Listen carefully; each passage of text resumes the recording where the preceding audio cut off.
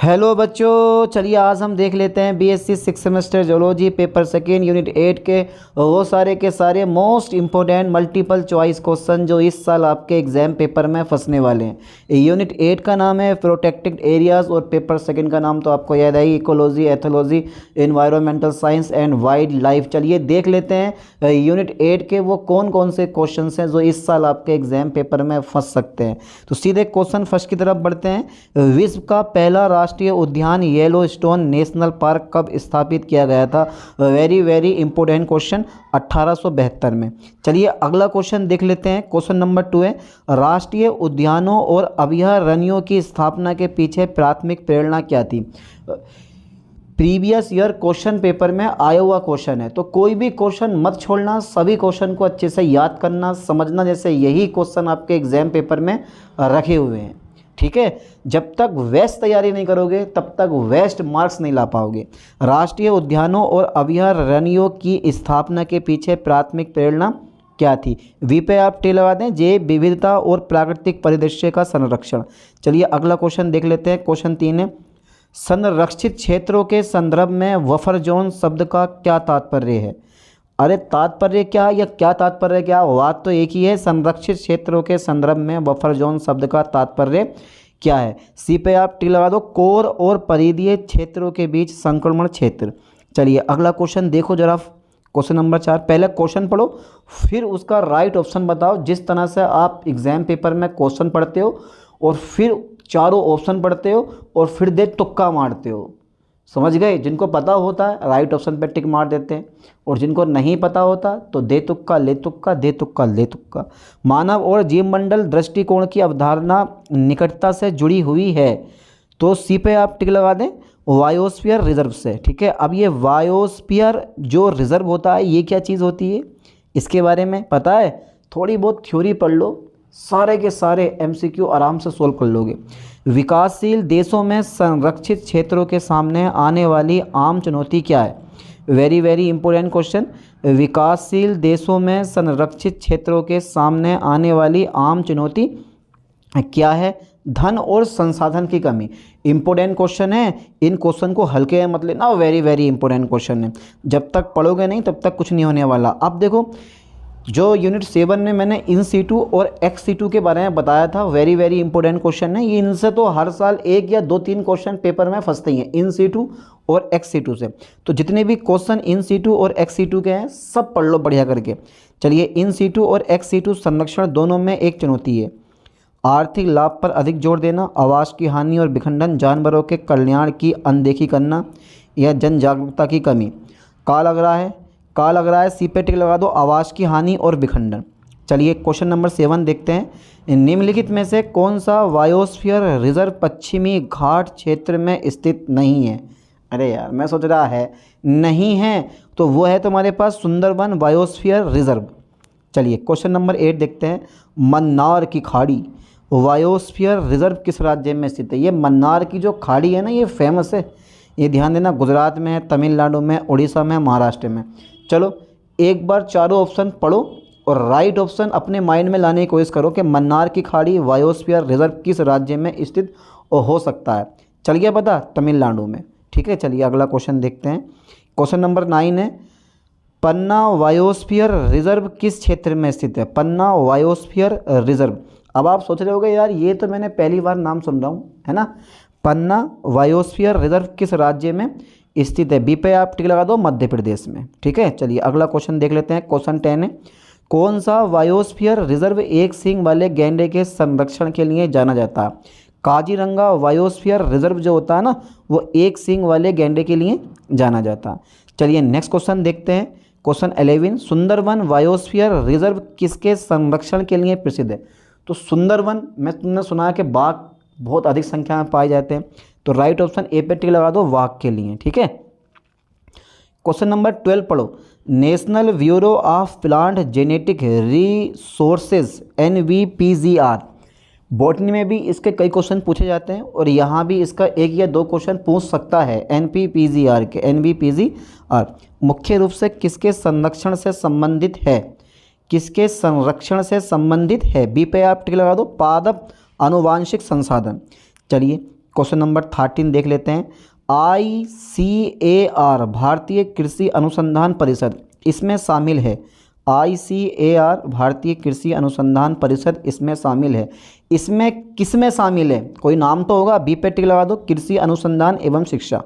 ठीक है, चलिए क्वेश्चन नंबर 14 देखो, वन्य जीव गलियारे का उद्देश्य क्या है। Very very important question, very very important question. ये क्वेश्चन एग्जाम पेपर में आ सकता है। वन्य जीव गलियारे का उद्देश्य क्या है। क्वेश्चन की लेंथ छोटी है और ऑप्शन बड़े हैं, ऐसे क्वेश्चन अधिकांश पूछे जाते हैं।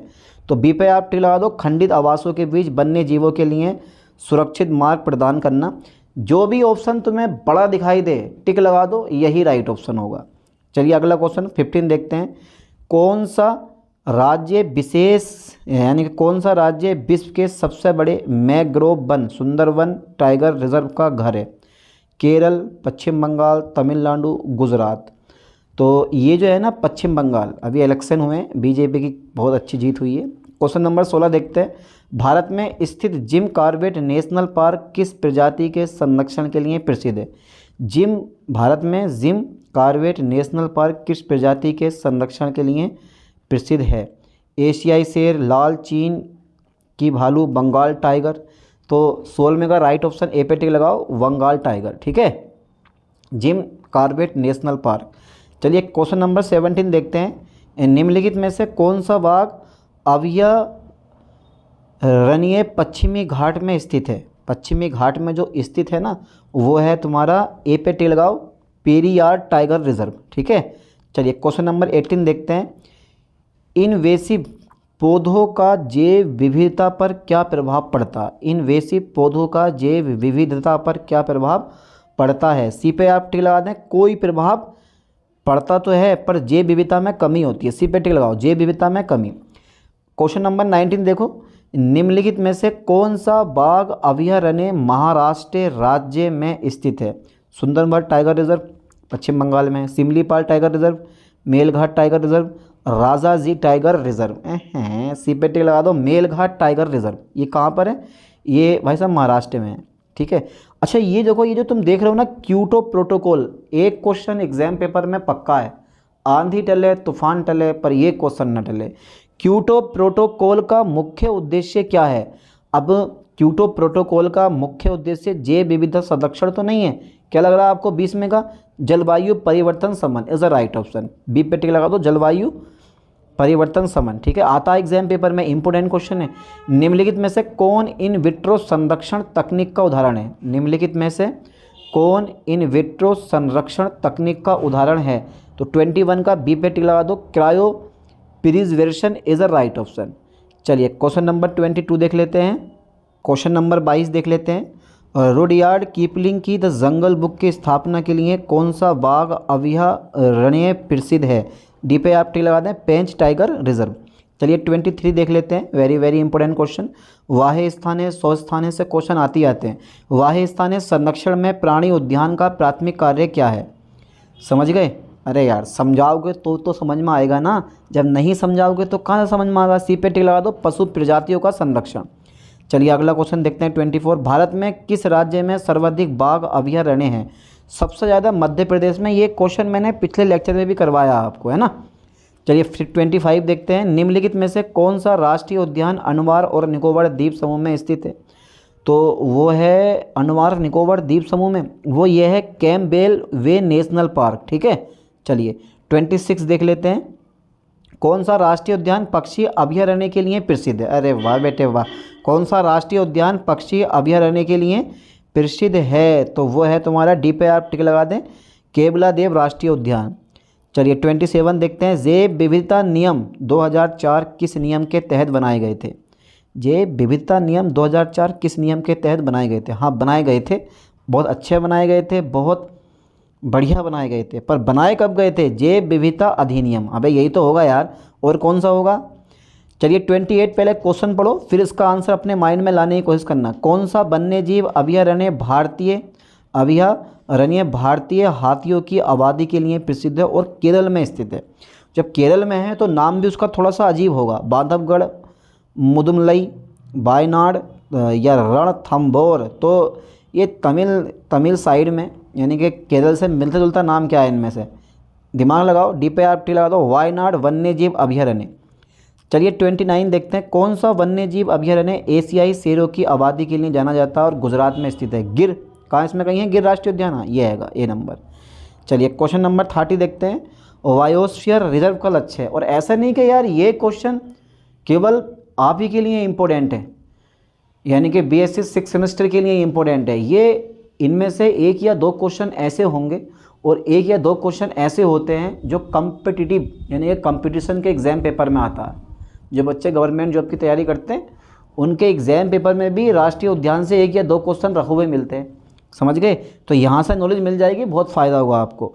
चलिए तो बायोस्फीयर रिजर्व का क्वेश्चन नंबर 30 मैंने नहीं करवाया अभी। बायोस्फीयर रिजर्व का लक्ष्य क्या है?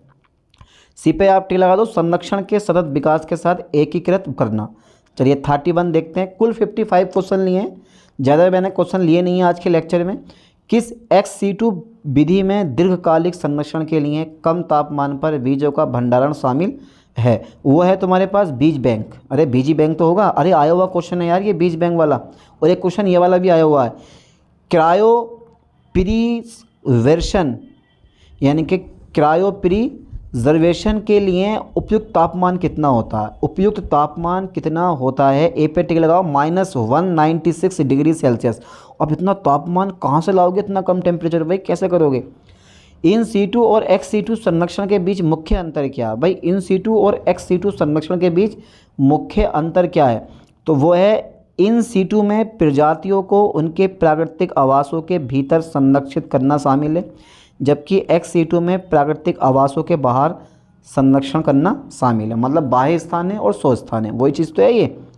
चलिए 34 देखते हैं, भारत में राष्ट्रीय जैव विविधता प्राधिकरण की स्थापना किस अधिनियम के तहत की गई थी? भारत में राष्ट्रीय जैव विविधता, तो राष्ट्रीय जैव विविधता प्राधिकरण की स्थापना किस अधिनियम के तहत की गई थी? तो 34 का राइट ऑप्शन बी पे टिक लगा दो, जैव विविधता अधिनियम के तहत की गई थी। 35 देखो, भारत में राष्ट्रीय उद्यान मुख्य रूप से निम्नलिखित के लिए हैं। भारत में राष्ट्रीय उद्यान मुख्य रूप से निम्नलिखित के लिए है। तो बी कैसे लग रहा है आप लोगों को? नहीं लग रहा ना। सी कैसे लग रहा है आप लोगों को? और डी कैसे लग रहा है? सी पे टिक लगाओ, वन्य जीवन और उनके आवासों का संरक्षण। ये क्वेश्चन इतना इजी है, पढ़ोगे तुरंत आपके माइंड में आ जाएगा कि यार इस क्वेश्चन का राइट ऑप्शन ये वाला होना चाहिए। 36 देखते हैं, वन्य जीव अभयारण्य निम्नलिखित के लिए निर्दिष्ट क्षेत्र है, यानी कि वन्य जीवों और उनके आवासों की सख्त सुरक्षा। तो 36 का राइट ऑप्शन बी पे आप टिक लगाओ, वन्य जीवों और उनके आवासों की सख्त सुरक्षा। चलिए 37 देखते हैं, 37 देख लेते हैं, पेरियार राष्ट्रीय उद्यान स्थित है केरल में। क्या बात है यार, केरल में ये बड़े राष्ट्रीय उद्यान प्रेजेंट है, क्या बात। निम्नलिखित में से कौन सा संरक्षित क्षेत्र नेटवर्क का घटक नहीं है? नेटवर्क का घटक नहीं है, वो है इको टूरिज्म पार्क। ये जो है ना वो संरक्षित क्षेत्र नेटवर्क का घटक नहीं है। Very very important question. Biosphere reserve में कोर क्षेत्र का प्राथमिक उद्देश्य क्या? कोर क्षेत्र समझते हो ना, वाणिज्यिक लॉगिंग, न्यूनतम मानवीय हस्तक्षेप के साथ सख्त संरक्षण। तो 39 का बी पे आप टिक लगा दो। मैंने बता दिया, जो ऑप्शन की लेंथ आपको ज़्यादा बड़े दिखाई दे टिक मार दो कि यही राइट ऑप्शन है। कुछ तो ऐसे तुक्के मार देते हैं, बिल्कुल सही सही बैठते हैं। 40 देखो, प्रोजेक्ट टाइगर लॉन्च किया गया था। प्रोजेक्ट टाइगर लॉन्च किया गया था बाघ का शिकार को बढ़ावा देने के लिए। इम्पॉसिबल बाघों की आबादी और उनके आवासों का संरक्षण और सुरक्षा करने के लिए। वेरी वेरी इंपॉर्टेंट, बी पे टिक लगा दो, यही राइट है बी नंबर। चलिए 41, कौन सा वन्य जीव अभयारण्य भारतीय गैंडों की आबादी के लिए जाना जाता है और असम राज्य में स्थित है? गैंडा, एक सींग वाला गैंडा, काजीरंगा वन्य जीव अभयारण्य। 41 का डी नंबर पे टिक लगा दो, बेझिझक। चलिए 52 देखते हैं, भारत में पारंपरिक ज्ञान डिजिटल लाइब्रेरी परियोजना शुरू की गई थी। इतना मोस्ट नहीं है, बहुत कम ना के बराबर आता है, लेकिन फिर भी पढ़ना तो जरूरी है, 2001 में। चलिए 43, सामुदायिक संरक्षण क्षेत्रों की स्थापना अक्सर निम्न द्वारा संचालित होती है। डी पे आप टिक लगाओ, स्थानीय सामुदायिक पहल। चलिए 44 देखते हैं, महत्वपूर्ण पक्षी क्षेत्रों की पहचान किस महत्व के आधार पर की जाती है? किस महत्व के आधार पर की जाती है? सी पे टिक लगाओ, पक्षी संरक्षण। चलिए 45 देख लेते हैं, विश्व स्तर पर महत्वपूर्ण पक्षी क्षेत्रों की पहचान और संरक्षण में कौन सा संगठन महत्वपूर्ण भूमिका निभाता है? ये बहुत इंपॉर्टेंट क्वेश्चन है। क्वेश्चन की लेंथ बड़ी है, लेकिन मैं ये कहूँगा कि यार ये वेरी वेरी इंपॉर्टेंट क्वेश्चन है, क्योंकि इस क्वेश्चन में दम है। वर्ल्ड लाइफ इंटरनेशनल, ठीक है, बहुत इंपॉर्टेंट क्वेश्चन है। 46 देखो, कौन सा वन्यजीव अभयारण्य हजारों प्रवासी पक्षियों के लिए शीतकालीन आश्रम यानी कि शीतकालीन आश्रय स्थल होने के लिए प्रसिद्ध है और राजस्थान में स्थित है? केवलादेव पक्षी अभयारण्य। 46 का राइट ऑप्शन बी पे टिक लगा दो, केवलादेव। ये अभी इसमें का क्वेश्चन ऊपर भी आया हुआ है, ठीक है। चलिए 47 देखते हैं, UNEP संयुक्त राष्ट्रीय पर्यावरण कार्यक्रम का लक्ष्य क्या है? सबसे बड़ा ऑप्शन तुम्हें कौन सा दिखाई दे रहा है? सबसे बड़ा ऑप्शन ये वाला, इस पर टिक लगा दो। पर्यावरण संबंधी मुद्दों पर अंतर्राष्ट्रीय सहयोग के सुगम बनाना, ठीक है। 48 देखते हैं, WCS का अर्थ है, या फिर आपको अगर ऊपर सभी मिल जाए ऑप्शन में या ये सभी मिल जाए टिक मार दो बेझिझक। WCS का अर्थ है, WCS की फुल फॉर्म आपको याद होनी चाहिए, वही इसका राइट ऑप्शन होगा। तो 48 का राइट ऑप्शन सी पे टिक लगा दो, बेझिझक वन्यजीव संरक्षण सोसाइटी, ठीक है। 49 देखते हैं, WCS किसके संरक्षण पर केंद्रित है? केंद्रीय समुद्री पारिस्थितिक तंत्र, वन्यजीव और उनके आवास। तो 49 का राइट ऑप्शन कौन सा होना चाहिए? सी पे टिक लगा दो, बेझिझक वन्यजीव और उनके आवास। चलिए 50 देखते हैं, भारत में बायोस्फीयर रिजर्व का मुख्य उद्देश्य क्या? सतत विकास और जैव विविधता संरक्षण, ठीक है। 51 देखो जरा, भारत में कौन सा संरक्षित क्षेत्र मुख्य रूप से बाघों के संरक्षण के लिए नामित है? वन्यजीव अभयारण्य, टाइगर रिजर्व, संरक्षण रिजर्व या राष्ट्रीय उद्यान? तो 51 का डी पे टिक लगा दो, टाइगर रिजर्व यही राइट ऑप्शन है। 52 देखते हैं, भारत में कौन सा संरक्षित क्षेत्र कृषि सहित कई भूमि उपयोग प्रथाओं की अनुमति देता है? वन्यजीव अभयारण्य। क्या लग रहा है आपको? 52 का कौन सा लगा दूं? सी पे टिक लगा दो, बायोस्फीयर रिजर्व। चलिए 53 देखते हैं, भारत में पश्चिमी घाट को खतरा है। भारत में पश्चिमी घाट को खतरा है, डी पे आप टिक लगा दो, उपरोक्त सभी। मैंने क्या बताया? ये सभी या उपरोक्त सभी राइट ऑप्शन होते हैं। चलिए क्वेश्चन नंबर 54, XC2 संरक्षण में शामिल है प्राकृतिक आवास के भीतर प्रजातियों की रक्षा करना। XC2 है ना, प्रजातियों को उनके प्राकृतिक आवास से बाहर बनाए रखना, बी पे टिक लगा दो, 54 का राइट ऑप्शन बी। चलिए अगला क्वेश्चन देखते हैं 55, इन सिंधु संरक्षण में शामिल है प्राकृतिक आवास के भीतर प्रजातियों की रक्षा करना, ए पे टिक लगा दो, 55 का ए नंबर, ठीक है। तो ये पेपर में आता है, बहुत इंपॉर्टेंट क्वेश्चन है। तो मैंने कुल 55 क्वेश्चन आज के लेक्चर में लिए हैं। आई होप कि ये लेक्चर आपको अच्छा लगा होगा, सारे क्वेश्चन इंपॉर्टेंट लगे होंगे, क्योंकि यही क्वेश्चन आपके एग्जाम पेपर में पूछे जाएंगे। चलिए मिलते हैं नेक्स्ट वीडियो में नेक्स्ट लेक्चर के साथ। थैंक्स।